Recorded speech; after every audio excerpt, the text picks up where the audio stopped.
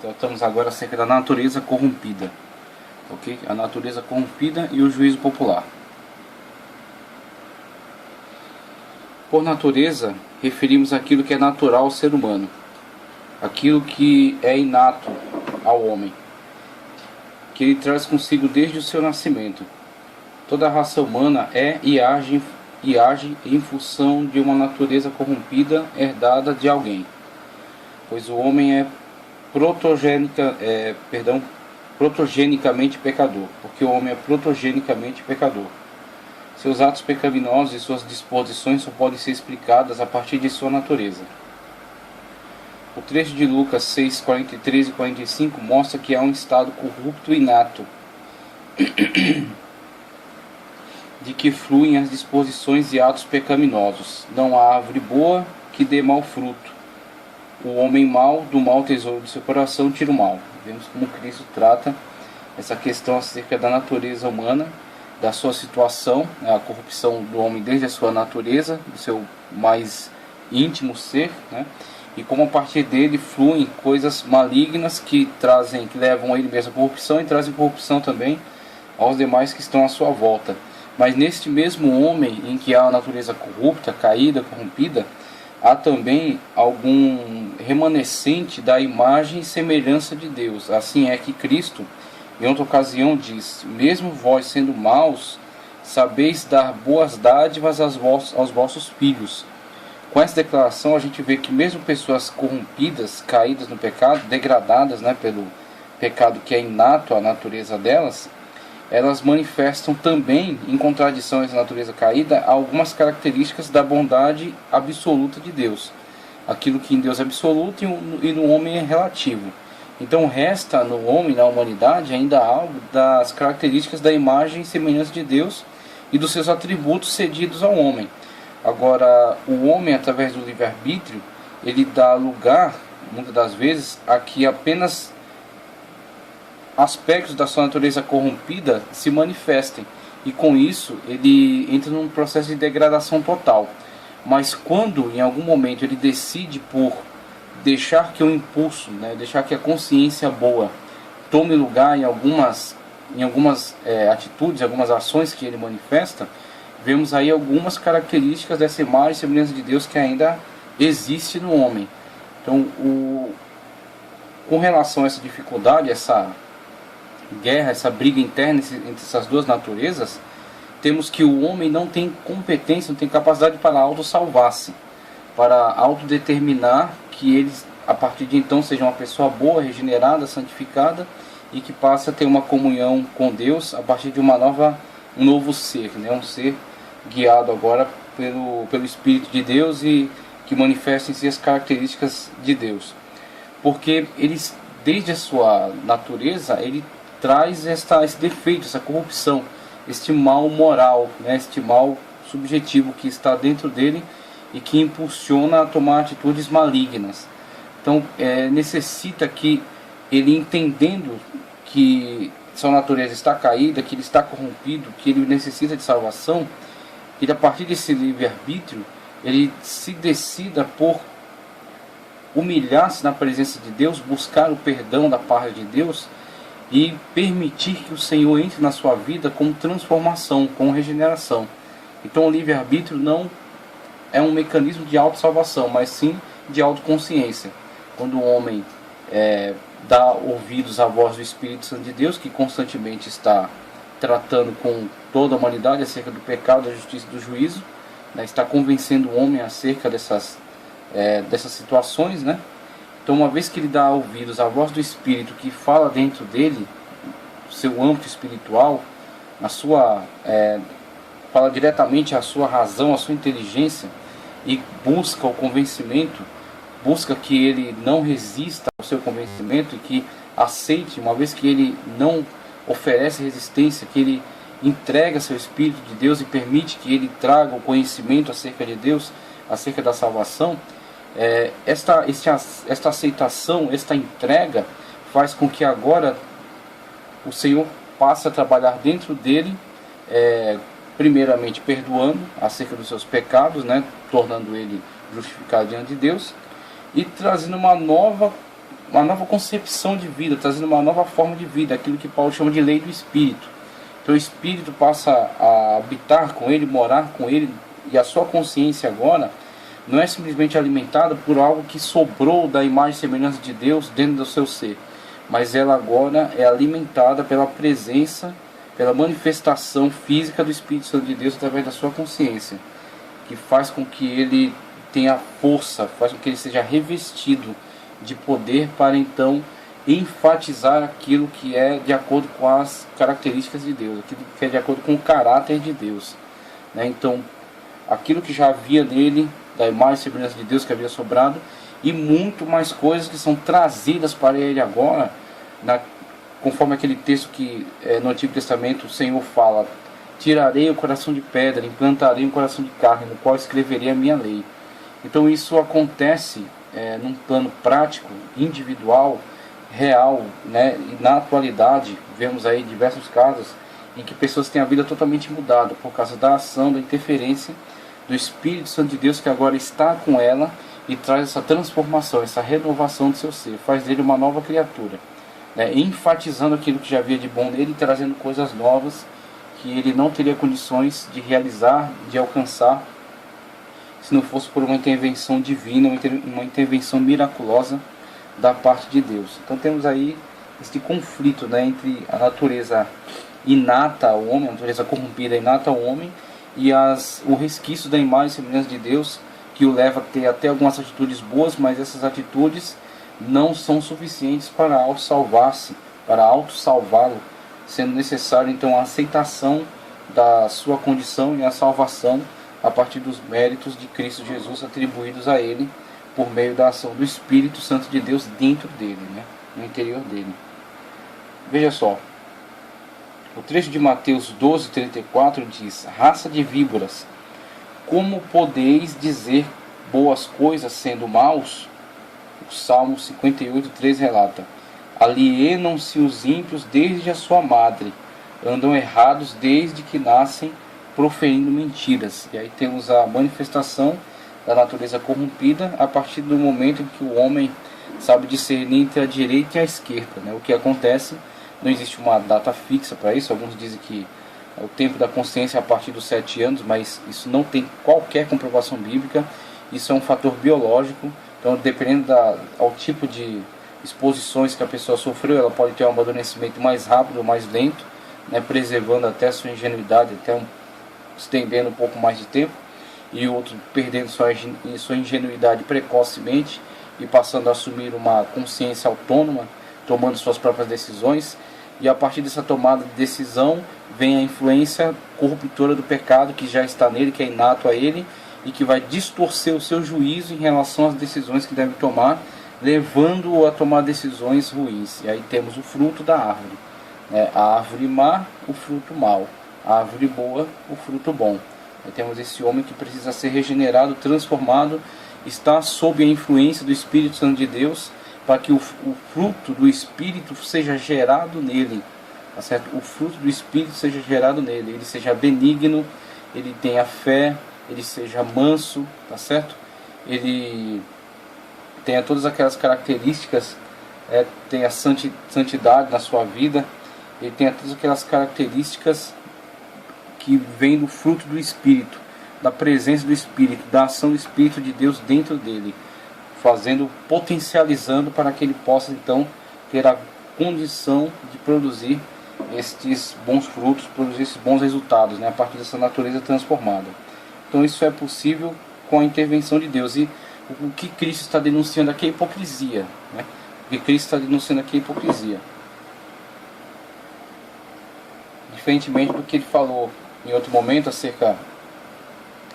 falando aos discípulos, né, quando ele disse que vós sendo maus, aí fala da natureza inata do pecado no homem, natureza corrompida. Mesmo vós sendo maus, sabeis dar boas dádivas aos vossos filhos. Temos aí uma atitude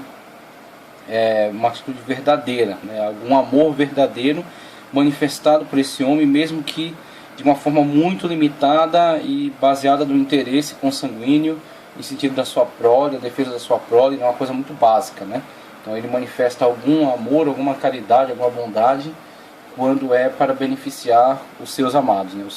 Aqueles que estão ligados a ele por laços de intimidade, né? Os seus filhos, seu cônjuge, seus parentes próximos. Agora, quando Cristo faz essa denúncia aqui, chamando os fariseus de raça de víboras, ele está denunciando uma atitude extremamente hipócrita, né? Uma atitude em que, na verdade, esta pessoa não tem aquelas características, elas não são reais nele, e semelhantemente ao que faziam os atores, né? Aqueles que deram origem ao nome hipócritas, né? Que traz o sentido aí da encenação artística, onde uma pessoa pode assumir qualquer papel no palco e representar um general, representar um sacerdote, representar um doente, representar um mendigo. Ele pode representar qualquer papel, mas ele não é aquele papel. Aquele personagem não é a sua realidade. É apenas um personagem inventado, encenado ali naquele momento, e quando terminada a peça, a pessoa assume então a sua verdadeira personalidade, né? A sua verdade. A sua verdade não tem nada a ver com aquele papel encenado. Então, o que os fariseus estão fazendo com relação a alguns atos de aparente bondade é que eles estavam encenando um papel motivados por algum interesse. Então havia algum interesse, angariar algum benefício particular para si, e a partir daí eles manifestavam esse personagem que dava esmolas, esse personagem que se postava diante de Deus para falar dos seus feitos, para falar de como eles são extraordinários nesse tipo de oração, que é somente, na verdade, para se auto-engrandecer, diferentemente da oração sincera do publicano, que reconhece-se pecador diante de Deus. E não é que Deus valorize mais o pecador do que o que não é pecador. O problema é a falta de verdade diante de Deus, a tentativa de enganar, de ludibriar Deus, e a autoglorificação, o egocentrismo, né, postado diante de Deus.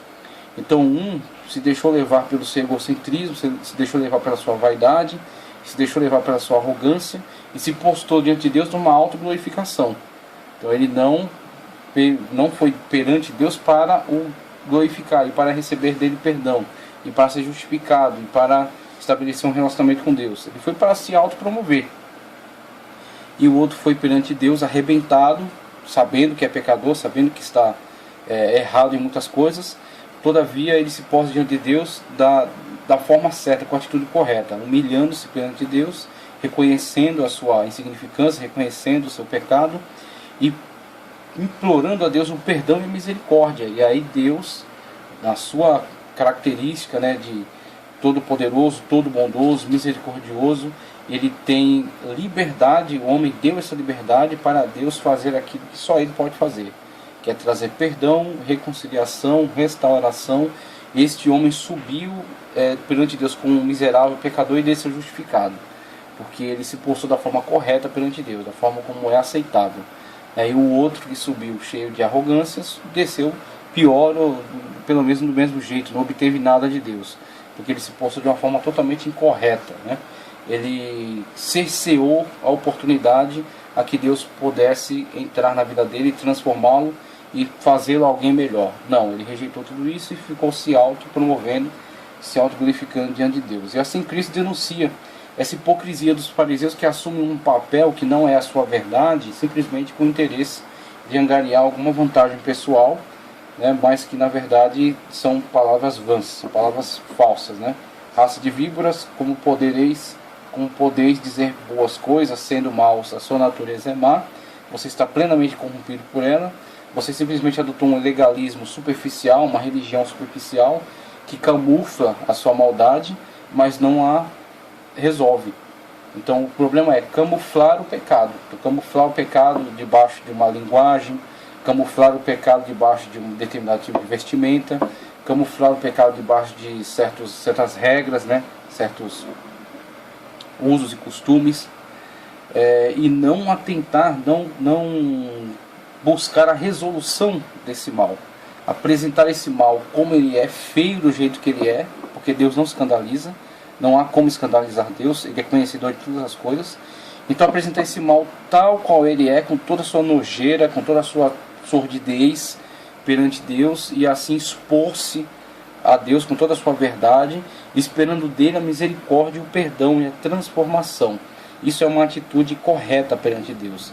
Agora a atitude dos fariseus era camuflar o seu pecado com usos e costumes, com regras, com vestimentas, com linguagem artificial, e com isso passar a imagem de alguém que é plenamente santo, moral, correto, alguém que é extremamente evoluído, aperfeiçoado nesse relacionamento com Deus, mas que todavia não corresponde à sua verdade. É simplesmente uma capa, é uma máscara que oculta um miserável pecador, que por estar escondendo esta realidade não a transforma, mas a preserva embaixo dessa camuflagem, né? E temos que, em alguns determinados momentos em que essa pessoa é pressionada, a sua verdade aparece, como um ator, né? E no caso aqui está o hipócrita, né? O hipócrita fariseu. Um ator está encenando e de repente alguém interrompe a peça e o pressiona ou o ameaça de alguma maneira. Ele rapidamente abandona o personagem e mostra qual é a sua verdade. Se alguém intervém aí durante essa encenação e o ameaça, atenta contra a sua vida, né? Mostra-lhe uma arma, uma faca. E aí o ator não vai permanecer no personagem, porque aquele personagem é uma farsa. Ele está encenando o papel de grande general, mas ele é um covarde, na verdade. Então ele vai abandonar o personagem e vai fugir. Ele não vai ter aquela coragem como um grande general teria, porque ele não é. É simplesmente uma farsa, é simplesmente uma hipocrisia, uma peça, uma encenação. E aí rapidamente aquele personagem cai por terra e ele mostra a sua verdade. Então Cristo está dizendo, enquanto vocês não mostrarem a sua verdade, vocês não vão ter a transformação, não vão sofrer a mudança, a modificação que só Deus pode trazer, que eu sou aquele enviado por Deus para fazer isso, para trazer o perdão do pecado, tá certo? Que Cristo tem autoridade, tem poder, com a sua característica de deidade, tá certo? Ele é Deus, ele tem poder e autoridade para perdoar pecados. Isso escandalizava extraordinariamente escandalizava os fariseus, saduceus, escribas religiosos da época, escandalizava-os, mas Cristo não se importava com o escândalo deles, porque ele foi enviado para isso, para libertar, né, para perdoar, para regenerar, para transformar, para trazer pessoas para a comunhão com Deus. Agora, se eles não mostram a sua verdade, eles impedem esta ação, impedem que esta ação se realize dentro deles. Eles ficam vivendo esta mentira, né? Ficam vivendo esta farsa, esta hipocrisia. Então aí está o grande problema dessas pessoas que camuflam a sua situação. Os usos e costumes, a boa linguagem, o bom comportamento, tudo isso tem que ser vivido a partir de uma verdade interna. Isso tem que estar fundamentado em uma verdade interna, uma transformação interna. Se isso não estiver vinculado a uma transformação interna, ele torna-se simplesmente um invólucro que esconde imundícies. Se dentro dessa pessoa que traz essa característica, essa imagem, não houver um ser transformado, tudo aquilo é inútil, é perdido. Então não digo que não teremos mais uma linguagem adequada, não teremos mais um comportamento adequado, não teremos mais o respeito aos usos e costumes. Não é isso que estou dizendo. Estou dizendo que isso tem que ser vivido dentro de uma verdade. Isso tem que ser correspondente a uma verdade interna. Se a verdade interna for contraditória, então isso torna-se uma máscara e uma hipocrisia.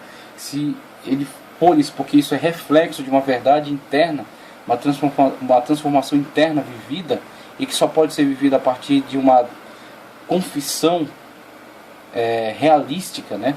A partir de uma exposição perante Deus de toda essa natureza, e a partir dessa exposição o perdão, né, e o perdão, a reconciliação, a transformação, aí então naturalmente virão as transformações que se manifestarão externamente. A partir de uma transformação, uma renovação interna, se manifestarão naturalmente as transformações externas resultantes dela. Essa natureza corrompida, então, conforme a gente vem tratando aqui, ela pertence ao homem desde o primeiro momento de seu ser, ou seja, ela é inerente à sua natureza. Como a gente viu na aula passada, a transmissão do pecado, a gente usa até somente de uma forma alegórica a questão da genética, né? Então hoje descobrimos que existe transmissão por meio da transmissão do DNA, né, dessa área estudada aí pela genética, onde as características ancestrais são transmitidas a seus descendentes. Então, características familiares do pai, da mãe, dos avós, até de tios, né, são transmitidas, essa carga genética é transmitida de geração em geração. E, inclusive, algumas doenças são transmitidas dessa forma também. E aí, aproveitando esse conhecimento novo, somente de forma metafórica, nós podemos dizer que a maior doença de toda a humanidade, aquela a qual só Cristo pode trazer a solução, ou a doença que ele curou na cruz, né? Quando Isaías diz que ele levou sobre si a nossa enfermidade, a enfermidade que é originária de todas as enfermidades é o pecado. E o pecado foi curado por Cristo Jesus na cruz do Calvário.